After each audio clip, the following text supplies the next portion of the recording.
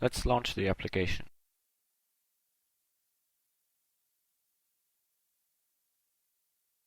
Just after the program loads, a configuration wizard is launched. This will continue to happen until we register. For now, let's just follow the wizard steps. The screen that is currently being displayed shows a welcome message. We'll hit next here. Right after installation, accessible functionality is limited to offline features only. These include connecting an external GPS receiver and viewing obtained positioning data. To access all of the features provided by the application, we must first register our copy online. Now the application prompts us whether we already are registered or not. A registered user can transfer his or her personal profile here. This is particularly useful when swapping phones. For now, we'll select Yes, I'm a new user. We need to accept the license agreement that can be accessed on the website. Let's proceed. We can now see a progress bar indicating that a user registration process has begun. After a while, our remote server should send a response.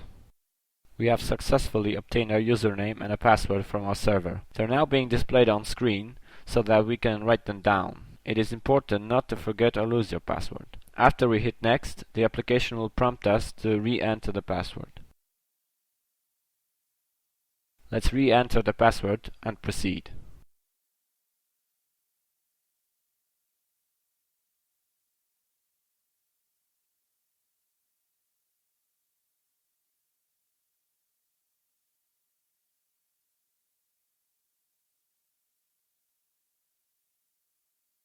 Now another progress bar is displayed. It shows us what the application is currently doing. First, external resources, mostly sounds, are downloaded from the server.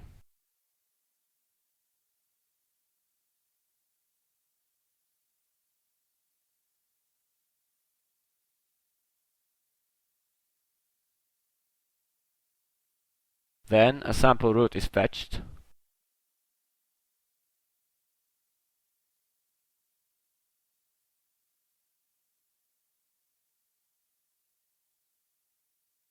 Finally, a background map is sent to the phone.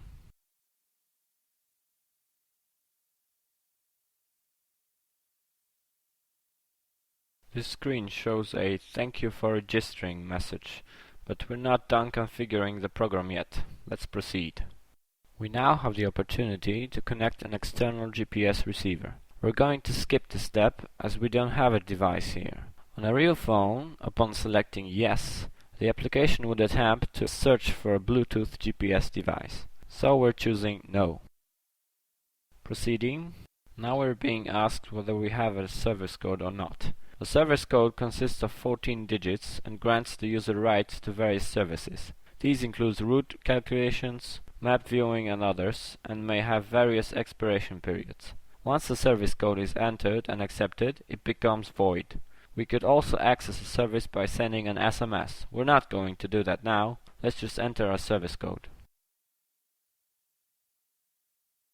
We have to enter the service code 7 digits at a time.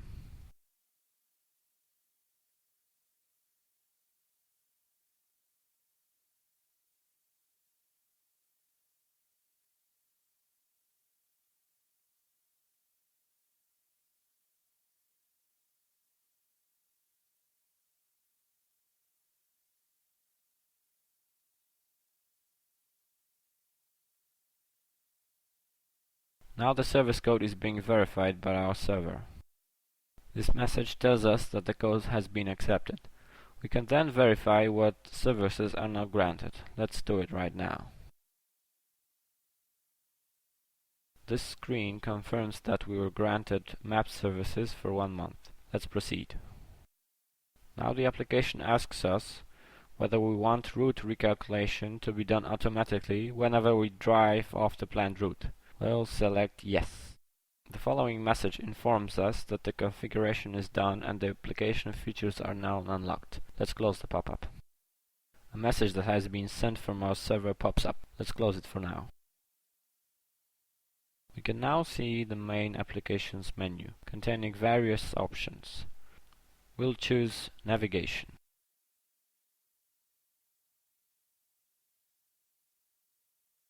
As you can see, a submenu with further options appeared. Let's select the Define a Trip option.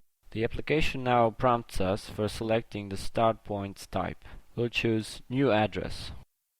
You can now see several fields displayed on screen. Those fields contain the following information: country name, city name, street name, and building number. Fields below city name are optional. We'll start by defining an address in Warsaw.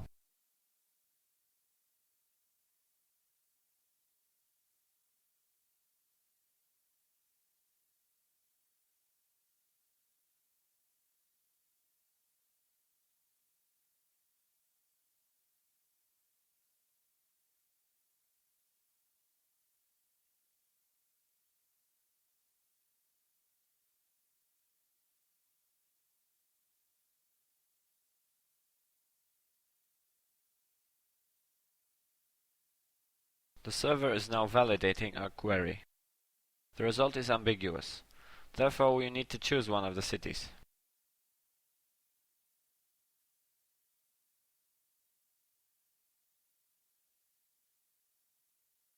Finally, we need to confirm our choice. Having the starting point defined, let's proceed to destination point. We'll choose destination point and point of interest as the point's type. We need to select a category, say food, and restaurants. We'll leave out the name field and fill in only the city field, Krakow for instance.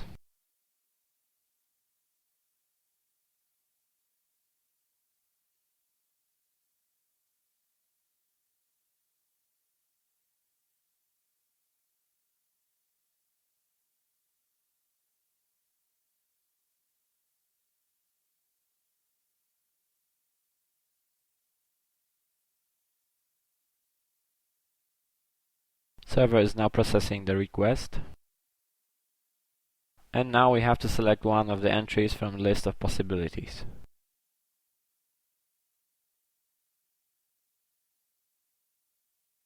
Confirm that this is what we want. Note that there is also an extra information like the restaurant's phone number.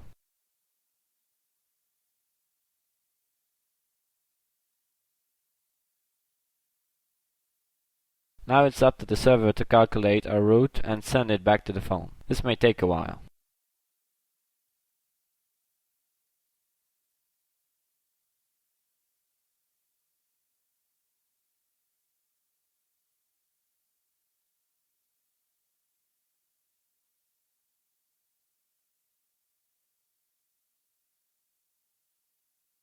The route has finally opened. Let's exit the map view for a moment by pressing the hash button.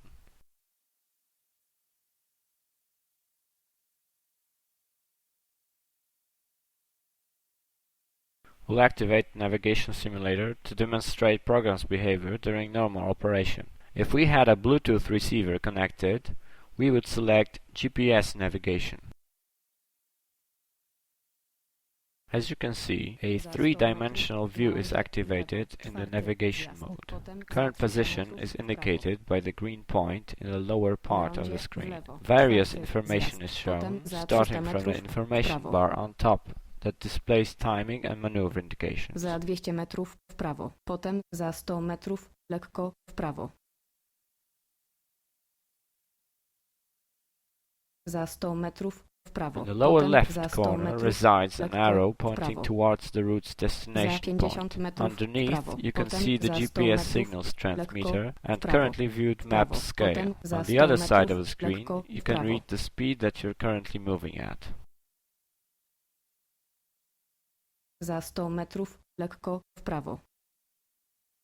Za 50 metrów lekko w prawo. Lekko w prawo. Pressing the 6 button causes the view to enter night mode, where colors of the map are dimmed. You can also hear voice navigation hints while you're driving.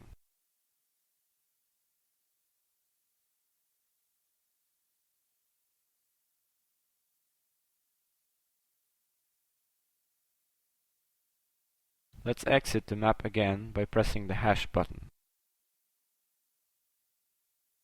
You can close the application by pressing the back key.